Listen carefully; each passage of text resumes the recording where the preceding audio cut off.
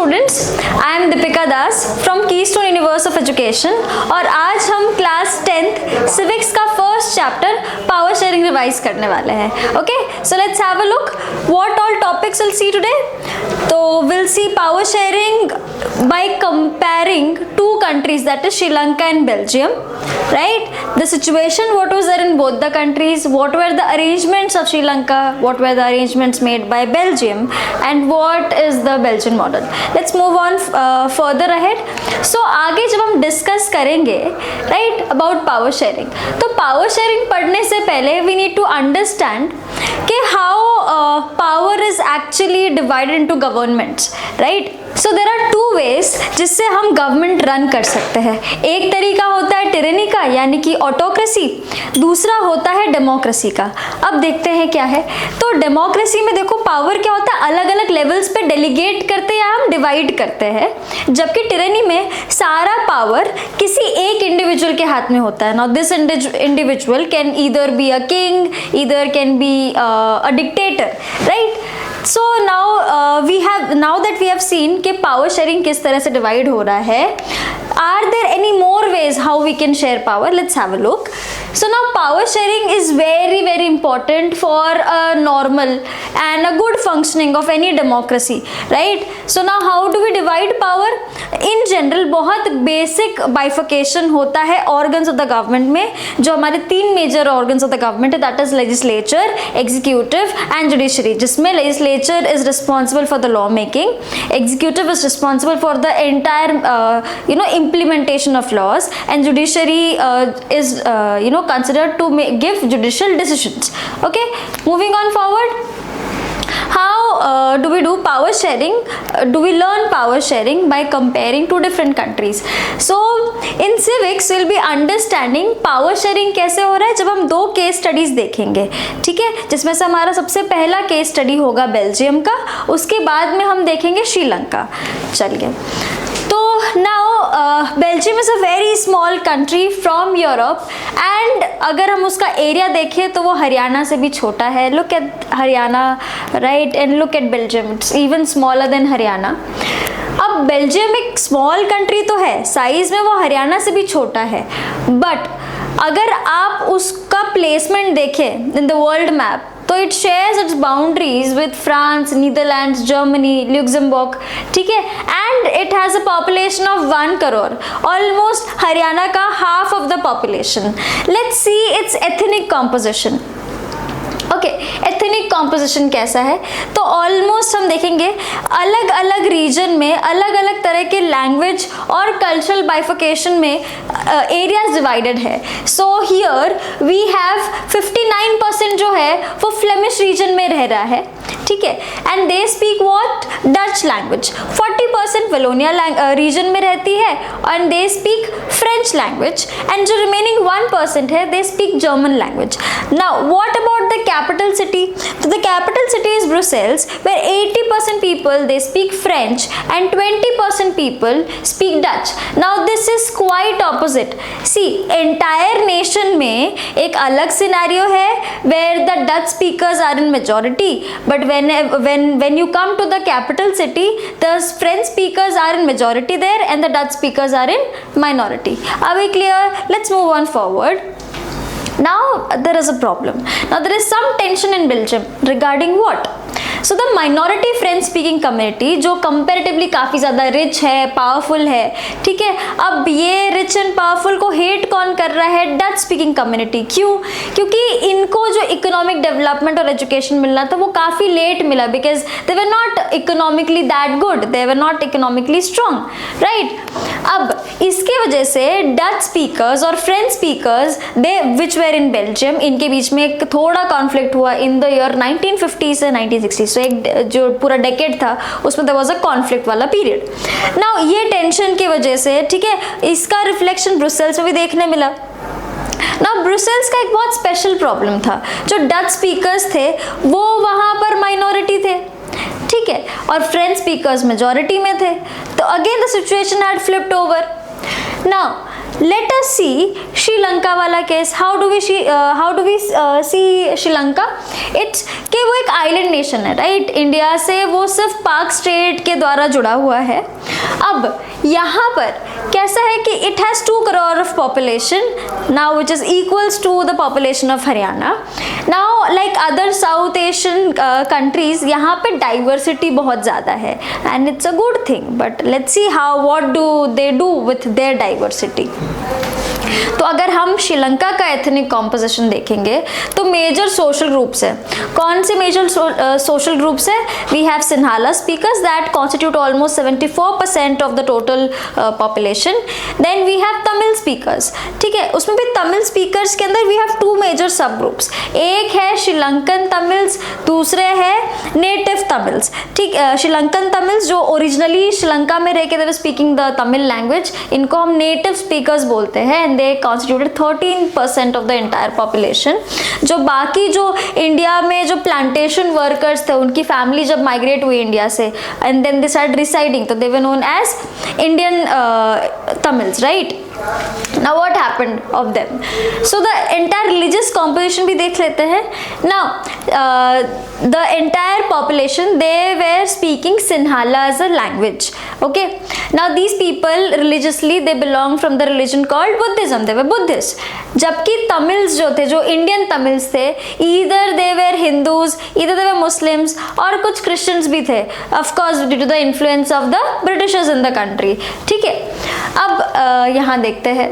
अब यहाँ पर what happened with both the countries? Now for Belgium, ठीक है, what was the conflict that could have come up? तो बेल्जियम में डच कम्युनिटी जो है, उन्होंने अपने न्यूमरिक मेजॉरिटी, क्योंकि they were huge humongous in population, ठीक है, what they could have done is they could have forced their will, their demands on the minority, that is the German speaking population and the French speaking population.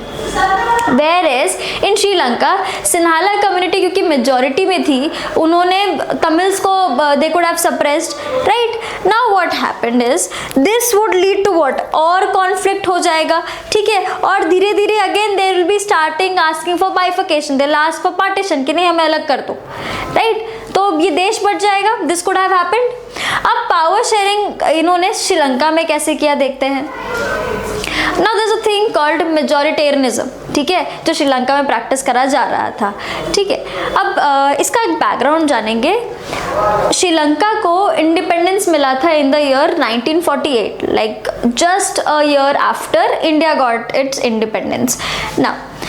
Now Sinhalas, they were in majority, so therefore what they were doing is they were asking and trying to secure their dominance over the entire Tamil community, right? Just because of the virtue of their majority, they were seeking the entire power for themselves.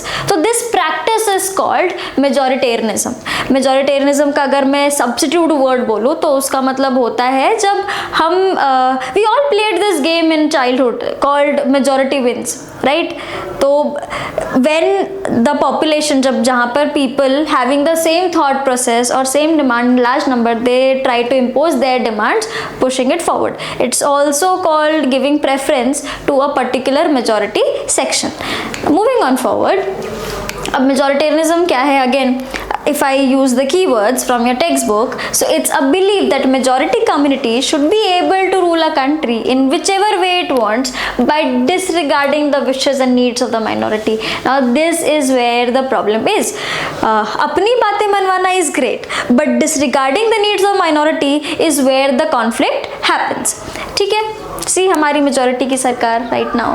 Now what were the steps taken to establish Sinhala supremacy? सबसे पहले इसको, ये आपके exams में 3 mark का question आ सकता है, right? अब हाउ विल दे आस्क के what was the majoritarianism policy that was implemented in Sri Lanka in the year 1956, और else they can also ask you the question कि what is the preferential policy act implemented by Sri Lanka in the year 1956.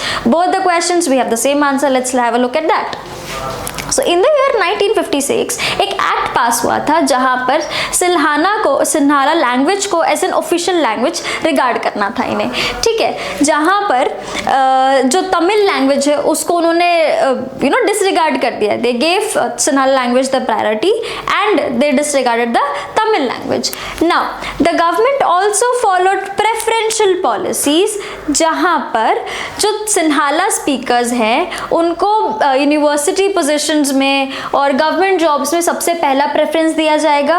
Also they made a statement that the state shall protect and foster Buddhism, यानी कि Sinhala speakers जो थे majority में दे वे Buddhist, तो उनका culture, उनका language और उनका रिलीजन, इन सबको बहुत ज़्यादा अपलिफ्ट करा जाएगा, प्रोटेक्ट करा जाएगा और अपहोल्ड करा जाएगा कॉन्स्टिट्यूशनली, ठीक है. Now they have made a law.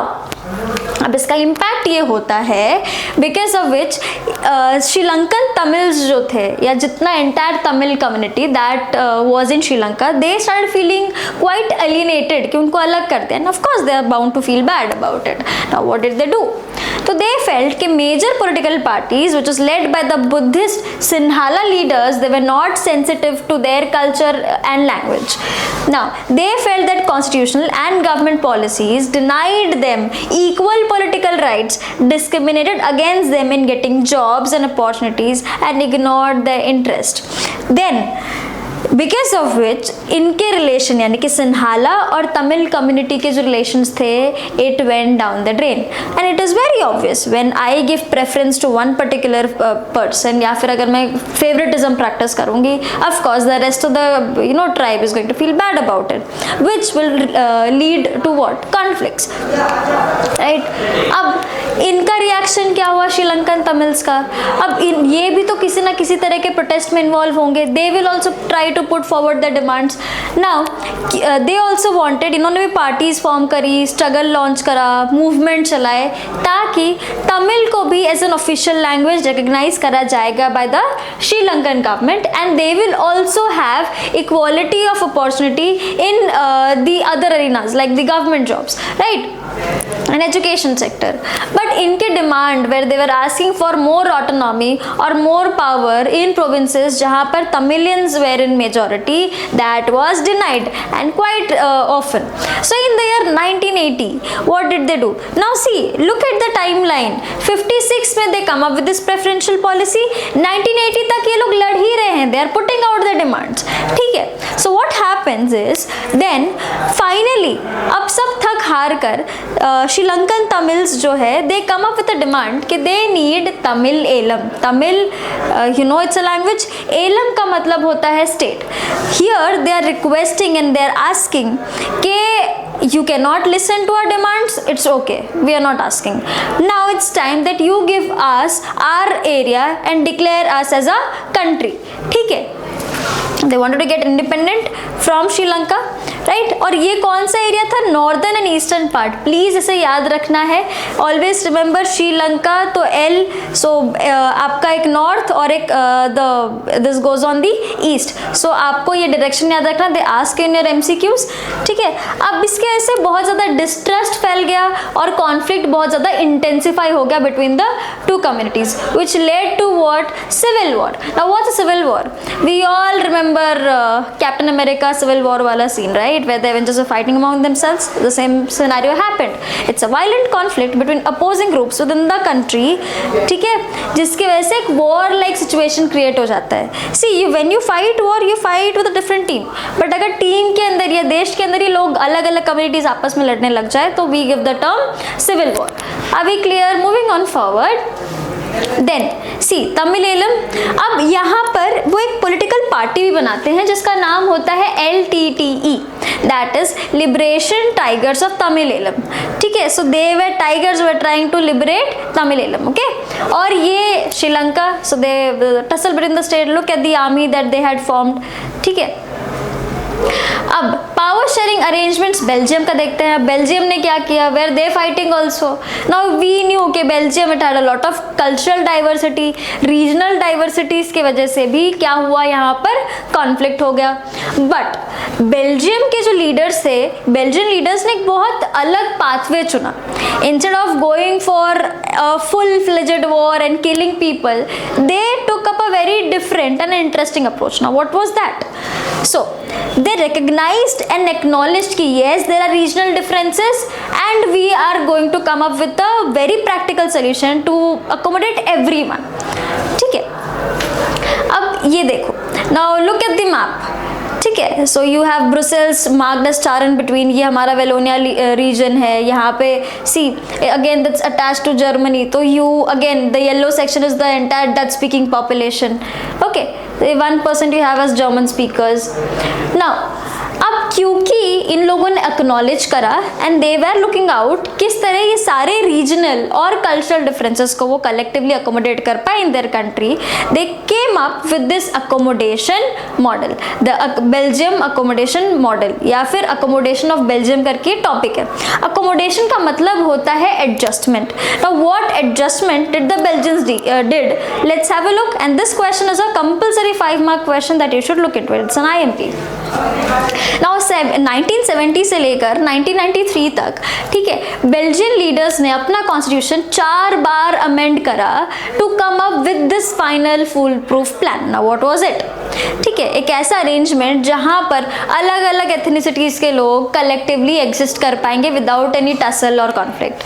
ठीक है, तो representing you the Belgian model, the constitution prescribed that the member of Dutch and French speaking ministers, they'll be equal in the central government.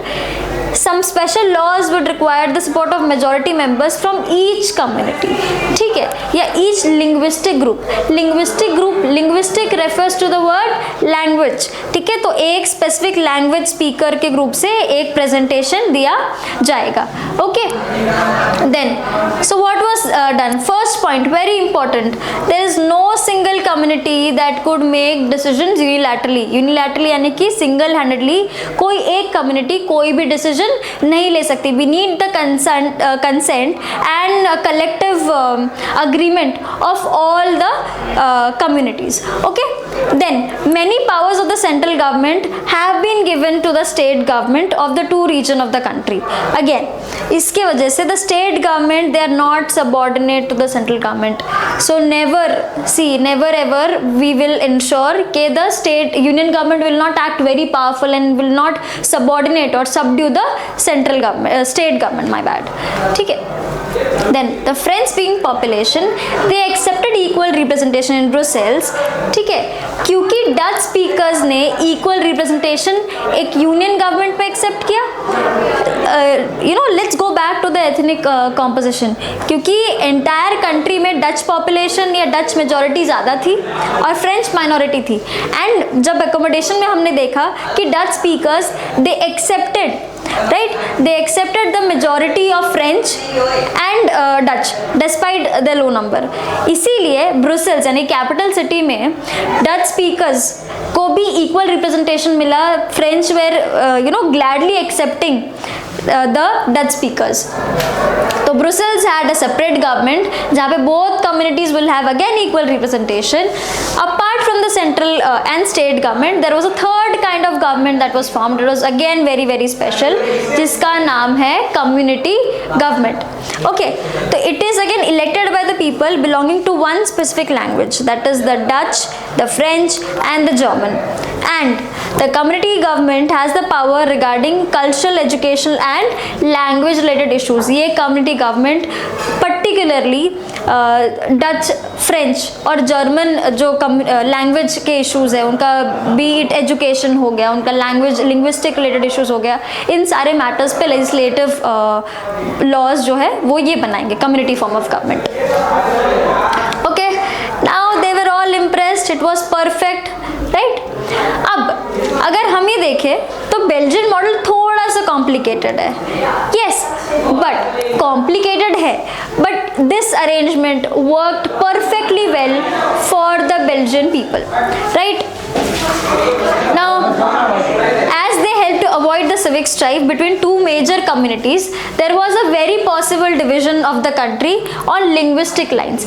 Language के basis पे, ठीक है, it was very very easy, it was very very possible to avoid the civil war जो श्रीलंका में हो गया था. Also Europe जो है, इन्होंने collectively, यूरोप में we have this European Union, तो इन्होंने ब्रुसेल्स को अपना हेडक्वार्टर्स चुना because of their very unique formation. ठीक है, अब एनालिसिस करने के बाद हमें पता चलेगा कि अगर हम बेल्जियम और श्रीलंका को देखें, ठीक है, तो ये कई बार this question also comes up for 5 marks. Have a look. So both are democracies, but इन्होंने जब पावर शेयरिंग की बात आई तो इन्होंने अपना पावर शेयरिंग काफ़ी अलग और बहुत ही समझदारी से करा. मतलब एटलीस्ट बेल्जियम ने करा, श्रीलंका ने नहीं. Now what were the consequence of the same? See, Belgium में leaders realized that unity of country is possible only by respecting the feelings of and interest of different communities. है ना, peacefully coexist कब कर सकते हैं? जब सबकी बात मानी जाए. एंड इस रियलाइजेशन ने क्या करा, ये this was mutually acceptable agreement of power sharing. अगर हम श्रीलंका का केस देखें तो वहाँ पर क्वाइट ऑपोजिट है, राइट. यहाँ पर मेजॉरिटी कम्युनिटी अपना ओपिनियन और अपने जो पर्सपेक्टिव है, it was imposing on the minority which led to a conflict. आगे जाके यही टर्न हो जाता है इनटू सिविल वॉर. ठीक है, और जिसके वजह से देश का जो यूनिटी है, ठीक है, वो अंडरमाइन होने लग गया था. लेट्स हैव अ लुक आगे. ठीक है, this the fine German engineering. ठीक है, this cartoon what does it speak about? So this cartoon speaks of, आप देख रहे हो अगर ये कार्टून अगर आप बहुत ध्यान से ऑब्जर्व करोगे तो इसके अंदर 2 स्टीयरिंग व्हील है. तो यहाँ पर वो बता रहे हैं कोलिशन गवर्नमेंट की. ठीक है, जो 2 पॉलिटिकल पार्टीज से बनाई हुई है. Now historically these political party they were काफ़ी झगड़ा, दे वेर राइवल्स. जैसे आज हमारे पास बीजेपी एंड कांग्रेस है. Now just imagine BJP and Congress collectively making a government. ठीक है, तो राइवल पार्टी मिलके एक सरकार बना ली है.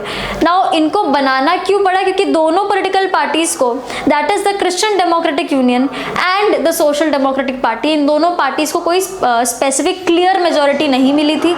इसलिए they were forced and bound to make a coalition government in the 2005 election. Despite having very different opinion on policy making, security issues, right? इन लोग ने collectively government को run करना decide किया. Okay? Now why is power sharing desirable? This is again a compulsory 5 mark question. Please have a look, mark it out. Okay? Now there are 2 reasons.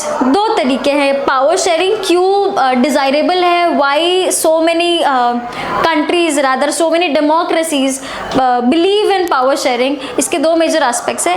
एक है prudential reasons या फिर practical reasons, दूसरे हैं moral reasons. Let's have a look. Now prudential reason, it is good because possibility of conflict जो है वो कम हो जाता है among social group.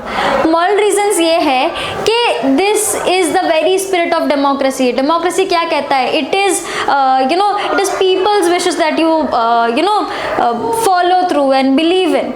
तो अगर पावर शेयरिंग हम नहीं करेंगे लोगों के नीड्स एंड डिमांड्स के साथ, so what is the true democracy, right.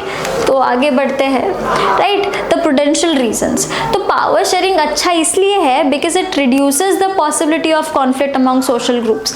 दूसरा कि सोशल कॉन्फ्लिक्ट की वजह से क्या होता है, वायलेंस होता है, पॉलिटिकल इंस्टेबिलिटी होती है. ठीक है, पावर शेयरिंग अगर हम करते हैं तो it is a very good way to ensure political order. ठीक है, now it's a matter of thought. अगर कोई भी पॉलिटिकल पार्टी अगर अच्छे से रन नहीं कर पाएगी अपना गवर्नमेंट, तो will the country grow? So in order for the country to grow very economically well, socially well, we need to ensure there is a very good and a decent political order going on. For that to ensure, you need to have power sharing, right? Imposing the will of majority community over others, which may look like an attractive option. मतलब it looks good कि majority अपना rule तो चला ही सकती है, short run के लिए अच्छा है, but long run में पूरा unity of the nation can go for a toss. जैसे कि हमने श्रीलंका में देखा, starting में they did put सिन्हाला ने अपना मेजोरिटी इम्पोज करना चाहा and they did for a quite long time. आज भी अगर आप श्रीलंका का इकोनॉमिक कंडीशन देखोगे, राइट, तो it is a mess. Yes, क्यों? बिकॉज उस टाइम पे उन्होंने पावर शेयरिंग शेयर करना डिसाइड नहीं किया था, राइट। उसके बाद tyranny of the majority is not only just oppressive for the minority but it also brings ruin to the majority as well. See, when Sri Lanka had a civil war, actually India had to send a peacekeeping force, जिसके वजह से आगे जाकर India had to pay the price as well. One of the extremists had killed our PM at that point of time. Also, minority को हमने starting में suppress करना शुरू करा. Of course, they will also come up and start attacking the majority. So it's a lose. It's a loss for both of the teams, right? Now, what is the moral reason for power sharing? अब power sharing is the very spirit of democracy. रूह है वो, आत्मा है democracy की, ठीक है? Democratic rule involves sharing of power with those affected by its exercise, and they have to live with its effects. And see, Sri Lanka में they decided to not do power sharing, और आज भी उसकी जनता उसका effect झेल रही है. And it is not just the people, it is the entire future, it's the entire generation, the progeny of its own nation, right?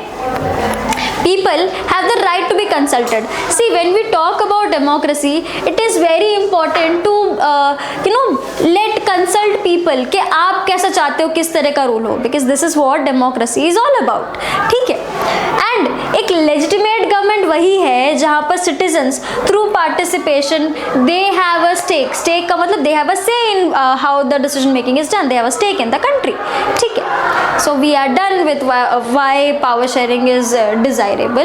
अब देखो, prudential reason ये बताते हैं कि क्या better outcomes होगा, जबकि moral reason ये कहता है कि the entire act of power sharing, how valuable is it, ठीक है? Now, power sharing, अब ये देखो कैसे है कि apparently it has emerged as an opposition to the notion कि undivided political power काफ़ी different है कि पॉलिटिकल पावर डिवाइड नहीं होना चाहिए, के हाथ में होना चाहिए, जबकि power sharing is quite opposite of it, ठीक है? नाउ ये आइडियोलॉजी या ये बिलीफ सिस्टम ही चेंज हो गया कैसे? By the emergence of democracy. से पहले देखो आप ऑटोक्रेसी थी, मतलब पावर शेयरिंग का ऑपोजिट क्या होगा? ऑटोक्रेसी होगा. बट जैसे ही डेमोक्रेसी आया, मतलब व्हाट पीपल वर सेइंग कि power should be divided, right? कैसे देखते हैं, फॉर अ लॉन्ग टाइम ऐसा माना जाता था कि जो गवर्नमेंट है वो उसके अंदर जो पावर है वो सारा का सारा एक इंसान यानी कि एक डिक्टेटरशिप बोल सकते हैं या फिर अ ग्रुप ऑफ पीपल के हाथ में ही रहनी चाहिए, ठीक है? अगर पावर को हमें डिस्पर्स करना है तो it will not be possible to take quick decisions और to enforce them, and which is one demerit कि अगर पूरे सिर्फ एक इंसान के हाथ में सारा पावर होगा तो he can manage taking fast and swift decisions, जबकि डेमोक्रेसी में we have so many people to consult with, right? तो it takes a lot of time. तो this was one perspective. But जैसे ही डेमोक्रेसी आया, what had happened? There was one basic principle that people are the source of entire political people, क्योंकि देश बनता है लोगों से, so it is there very right to know and to decide कि how they are going to be ruled. Now, in democracy में people rule themselves by what? Through institutions of self-government, right? They elect people. तो good democratic country में, ठीक है, diverse groups और उनके opinion को बहुत respect करना काफ़ी ज़रूरी है.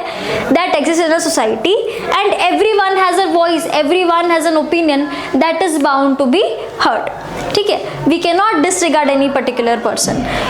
Therefore, power sharing should be distributed in as many citizens as much as possible. जितना power sharing होगा उतना unity और fraternity देश में बढ़ेगा, ठीक है? Now, power sharing आज की current modern democracy में कैसे होता है, right? So how are power sharing arrangements done? Now, power सबसे पहले हम डिस्कस करेंगे of course forms of power sharing. तो power is shared among different organs of the government, ठीक है? Power can be shared among different levels as well, ठीक है? Then power may also be shared among different social group. Then we have power can also be shared among political parties, pressure groups, movements, etc. ठीक है? अब एक एक करके देखते हैं पावर कैसे कैसे शेयर हो रहा है? Among different organs of the government. हमने पहले भी इंट्रोडक्शन में देखा था। Again power 3 major organs of the government में डिवाइड होता है, that is legislature, executive and judiciary. इसमें से आपका 2 मार्क का system of checks and balance वाला क्वेश्चन आता है, प्लीज पे अटेंशन। ठीक है, हॉरिजॉन्टल डिस्ट्रीब्यूशन ऑफ पावर कहते हैं हम इसको। इसमें सेपरेशन ऑफ पावर कैसे रखा है कि किसी भी ऑर्गन के पास अनलिमिटेड पावर नहीं आ जाए। ठीक है, so what do we do? Each organ checks the other, यानी कि legislature will keep a check on the executive, executive will also keep a check on the legislature, judiciary will also keep a check on both of them. ठीक है, अब देख रहे हो judiciary सब थोड़ा सा इतना सा ज़्यादा पावरफुल है ताकि वो दोनों ऑर्गन्स ऑफ द गवर्नमेंट को मैनेज कर पाएगा। इसी रीजन से हमारे देश में जुडिशरी को एज अ गार्डियन या फिर प्रोटेक्टर ऑफ द कॉन्स्टिट्यूशन भी कहते हैं। ठीक है, now this leads to what? Balance of power among various institutions, and this is what you call a system of checks and balance. ठीक है, दूसरा है power can be shared among government, different government at different levels. अब कैसे? इसको हम कहते हैं vertical form of power sharing या vertical distribution of power. See, vertically power जा रहा है कैसे? Starting with central government, then the power is divided into state government, फिर हमने power divide कर दिया है local government में। अब हम ये कैसे करेंगे? तो जनरल गवर्नमेंट जो होती है वो एक एंटायर नेशन स्टेट के लिए होती है, जिसको हम यूनियन गवर्नमेंट भी कहते हैं। ठीक है, और स्टेट लेवल पे, प्रोविंशियल लेवल पे we have the state government. ठीक है, अब इस तरह एक जनरल गवर्नमेंट जो होता है वो हम कहते हैं फेडरल गवर्नमेंट। अब इंडिया में we call it as union government, right? तो कॉन्स्टिट्यूशन क्लियरली बता रहा है, आगे there is an entire chapter based on federalism that you will learn कि कैसे पावर शेयरिंग हो रहा है, कौन कौन से टास्क या फिर कौन कौन से लॉज जो है वो स्पेसिफिक फॉर्म ऑफ गवर्नमेंट को बनाना है। Okay, moving on forward. Power sharing can also be done in different social groups. तो सोशल ग्रुप्स किस तरह के हैं? तो ग्रुप्स हमारे देश में in general they are based on the basis of religion, they are on the base of language. ठीक है, ये मेजर हमारा डिफरेंस है। तो कम्युनिटी गवर्नमेंट जो बेल्जियम जिस हमने देखा था, पढ़ा था, सिमिलर एग्जाम्पल है इस अरेंजमेंट का। क्योंकि देखो हमारे देश में we have constitutional and legal arrangements जहाँ पर हमने सोशली वीकर सेक्शन विमेन को रिप्रेजेंट करा है, so that we can prevent them from discrimination in society, right? Now इसकी वजह से हमने रिजर्व्ड कॉन्स्टिट्यूएंसीज बनाई है। You know, women have 1/3 reservation, we have reservation for SC and ST in our country, right? To give them that representation. Then we have advantages of power sharing among different social group.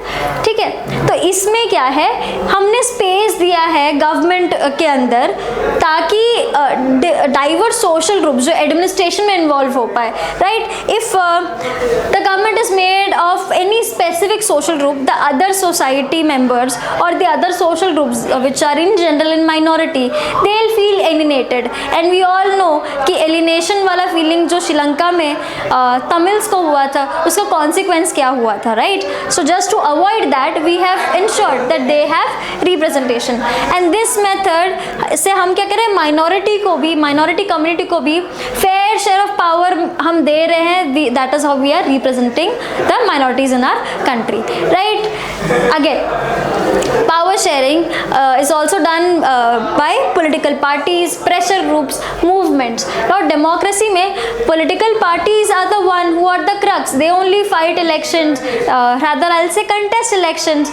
तो इससे क्या होता है, एक feeling of competition create होता है। Now is competition good, is competition bad? Well, in this case competition serves a very important aspect. It helps each and every political party to look into the needs of minorities, the majorities, and understand the needs and requirements of our people even better. तो सच competition में ये होता है कि power किसी एक इंसान के हाथ में नहीं है। पावर क्या है, अलग अलग पॉलिटिकल पार्टीज में शेयर हो रहे हैं, क्योंकि वो लोग different society, different ideology, different social groups को रिप्रेजेंट कर रहे हैं। एट द सेम टाइम ये काइंड ऑफ पावर शेयरिंग कई बार डायरेक्ट होता है, कई बार दो पार्टी कलेक्टिवली रिप्रेजेंट करते हैं, कई बार पॉलिटिकल पार्टीज अलायंस फॉर्म करते हैं, जैसे हमने वो जर्मन इंजीनियरिंग वाला सेक्शन देखा था।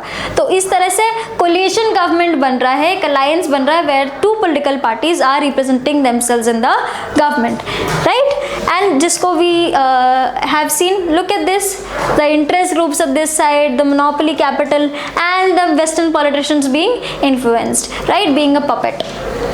In a democracy, we also find interest groups. They have specific interests, जैसे कि traders हो गए, businessmen हो गए, industrialists हो गए, farmers हो गए, industrial workers हो गए. आपने न्यूज़ में कई बार देखा होगा where they are representing or asking for particular demands to be met. तो ऐसे को हम interest group कहते हैं, जो चाहते हैं कि उनका कोई particular interest को it's taken up and brought down as a law in the rule book or by the government, right? They also will have a share in governmental power, either to participation in governmental committees या फिर उनका influence होता है in decision making process. Let me give an example. कई बार आपने news में सुना होगा कि that this political party is highly funded by a particular businessman, you know what I am speaking about.